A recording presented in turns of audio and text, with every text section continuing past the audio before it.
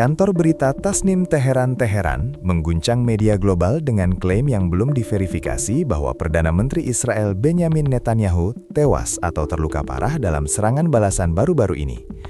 Klaim ini muncul seiring perang sengit antara Iran dan Israel Amerika Serikat (AS).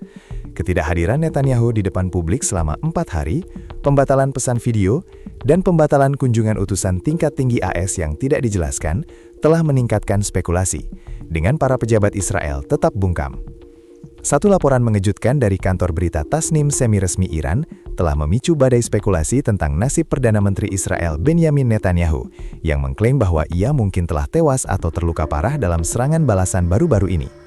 Laporan tersebut menunjukkan hilangnya Netanyahu dari pandangan publik selama hampir 4 hari, suatu penyimpangan dramatis dari kebiasaannya yang biasa mengirimkan pesan video harian, sebagai bukti bahwa sesuatu yang signifikan telah terjadi. Keheningan dan langkah-langkah keamanan.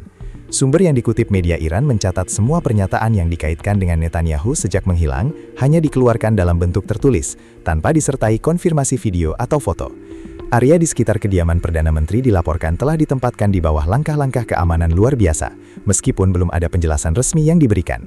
Laporan Tasnim lebih lanjut menuduh Menteri Keamanan Nasional sayap kanan Itamar Ben-Gvir dan saudara Netanyahu, Ido, mungkin juga telah tewas, klaim yang sama sekali belum terkonfirmasi. Pembatalan kunjungan AS memperdalam misteri.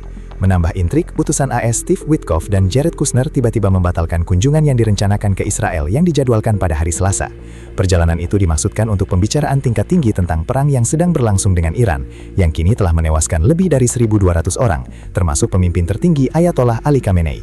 Media Israel melaporkan pembatalan tersebut tanpa penjelasan, dan baik pejabat AS maupun Israel belum berkomentar tentang alasannya. Beberapa sumber menunjukkan kemungkinan ketidaksepakatan antara Washington dan Tel Aviv mengenai cakupan operasi militer terhadap instalasi milik Iran.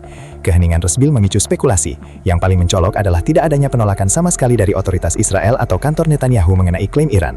Keheningan resmi ditambah dengan pembatalan kunjungan AS dan langkah-langkah keamanan luar biasa telah memungkinkan spekulasi berkembang di media internasional.